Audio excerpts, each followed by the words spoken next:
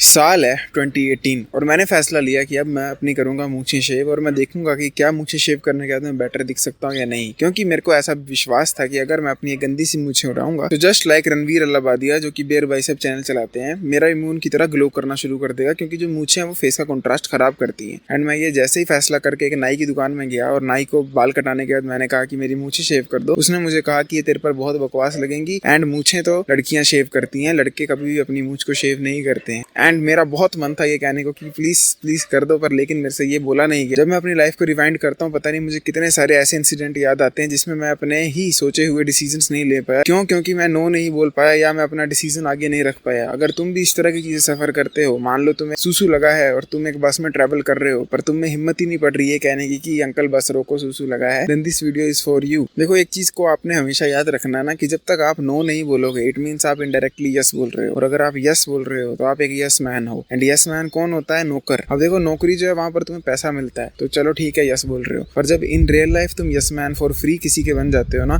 That means कि तुम अपनी लाइफ को किसी और के हाथों में सौंप रहे हो, बदले में 1 रुपया भी नहीं ले रहे हो और तुम एक जिंदगी भर के स्लेव बन रहे हो, दूसरों का स्लेव बन रहे हो। एंड ये तो मैं तुम्हें मजाक वाले एग्जांपल दे रहा हूँ, अगर तुम सीरियसली लेकर चलो तो अगर तुम नो नहीं बोलते हो, तुम इतनी बड़ी बड़ी एंड इंपॉर्टेंट चीजें अपनी लाइफ की मिस कर देते हो कि धीरे धीरे तुम्हारा जीवन तुम्हारे हाथ से एक रेत की तरह निकल जाएगा और तुम्हें पता भी नहीं लगेगा कि तुम्हारी लाइफ डिस्ट्रॉय हो चुकी है। So you have to understand very very carefully कि आप नो इसलिए नहीं बोल पाते हो क्योंकि आपके अंदर का बंदर बहुत ज्यादा डरता है। अब तुम सोच रहे हो कि बंदर, ये क्या कह दिया, बंदर कौन है? देखो, आप सबके अंदर एक एवोल्यूशनरी बंदर है, अंदर बैठा हुआ है, जिसको लिजर्ड ब्रेन भी कहते हैं। इसका काम है डरना, खुद को प्रोटेक्ट करना, पेट भरना, सेक्स करना। ये हर वक्त एक तरह से एंग्जाइटी में रहना चाहता है। अभी मैं जैसे अपनी छत पे खड़ा हूँ, आई हैव जीरो एंग्जाइटी। अभी मेरे को वीडियो बस में बनानी है, वो भी चलती हुई 100 लोगों के बीच में, तो ये बहुत डरेगा और मेरे को एंग्जाइटी भी देगा। क्यों? क्योंकि इसको डर लगता है हर चीज से, इसको मौत का डर है। इसका फर्स्ट इंस्टिंक्ट है टू सर्वाइव। तो देखो, अगर कोई आपसे सवाल पूछता है कि तू ये करेगा कि नहीं करेगा, तू मेरी मदद करेगा कि नहीं करेगा,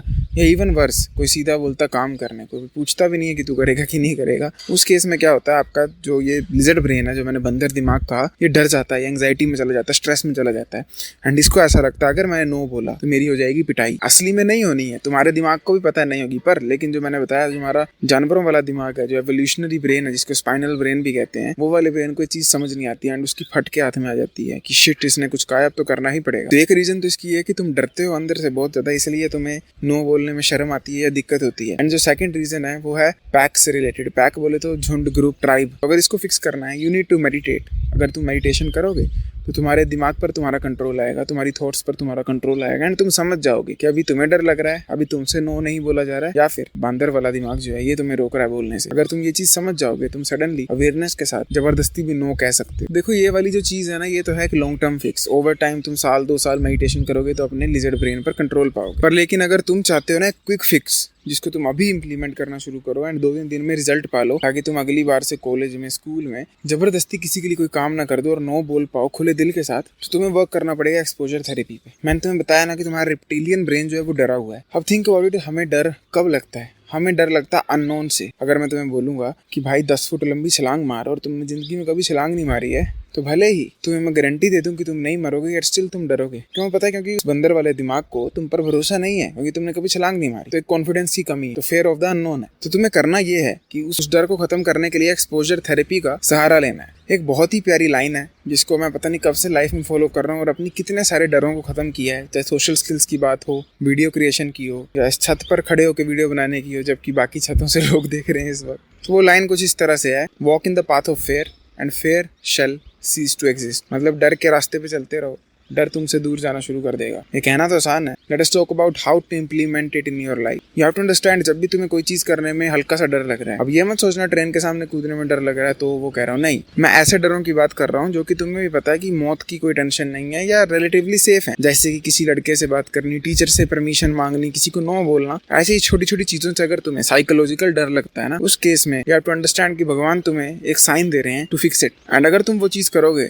तुम अपनी एक्सपोजर थेरेपी पे वर्क करोगे, अब एक्सपोजर थेरेपी का मतलब बेसिकली ये है कि अगर तुम्हें धूप से बहुत ज़्यादा डर लगता है ना, इस लेवल का डर है तुम्हें धूप से कि अगर तुम धूप के नीचे गए तो सडन डेथ हो जाएगी तुम्हारी, डर के मारे दिल फेल हो जाएगा। उस केस में एक्सपोजर थेरेपी को अगर तुम यूज़ करोगे तो तुम क्या करोगे, सबसे पहले अपना पैर का अंगूठा निकालोगे, फिर उंगलियां सारी, उसके बाद एंकल्स तक धूप पड़ने दोगे, फिर घुटनों तक, फिर थाइस तक, एंड ऐसे ऐसे ओवर टाइम तुम्हारी पूरी बॉडी भी धूप में होगी पर तुम्हें डर नहीं लगेगा। क्यों? क्योंकि तुमने एक्सपोजर थेरेपी का सहारा लिया, अपने आप को धीरे धीरे उस डर से वाकिफ करवाया। तो सेम वे जब भी तुम्हें इन रियल लाइफ डर लगता है, रिप्टिलियन ब्रेन वाला डर लगता है, ये वाला दिमाग, बंदर दिमाग जब तुम्हें डराता है किसी भी चीज़ को लेकर कि तेरे से ऐसा होगा वैसा होगा, ना मत बोल, हाँ मत बोल, इससे बात मत कर, उससे, उस केस में ज़बरदस्ती घुसो और हल्की हल्की ट्राई करो। डेली अपने आप को 1% पुश फॉरवर्ड करो बात करने के लिए, काम करने के लिए, एंड अपने इस डर को एक्सपोजर थेरेपी का सहारा लेकर धीरे धीरे किल करते जाओ। और सेकंड फिक्स कुछ इस तरह का है कि you need friends in life. अगर तुम्हारे पास फ्रेंड्स हैं, एक्चुअल एक ग्रुप है यारों का, जिगरी यारों का, तो उस केस में होता क्या है कि तुम्हारा जो सेकंड मैंने फेयर बताया था ना रेप्टिलियन ब्रेन का, कि तुम्हारा कोई ग्रुप नहीं है, ट्राइब नहीं है, जैसा कि मैंने कहा तुम कितना भी सिग्मा बन लो, इसको तो भाई अफेक्शन चाहिए, केयर चाहिए। तो उस केस में क्या है कि जब तुम्हारे पास फ्रेंड होंगे ना, तो तुम अपने फ्रेंड्स के साथ जब टाइम बिता रहे हो तो इसको साइन जा रहा है कि you have people in your life.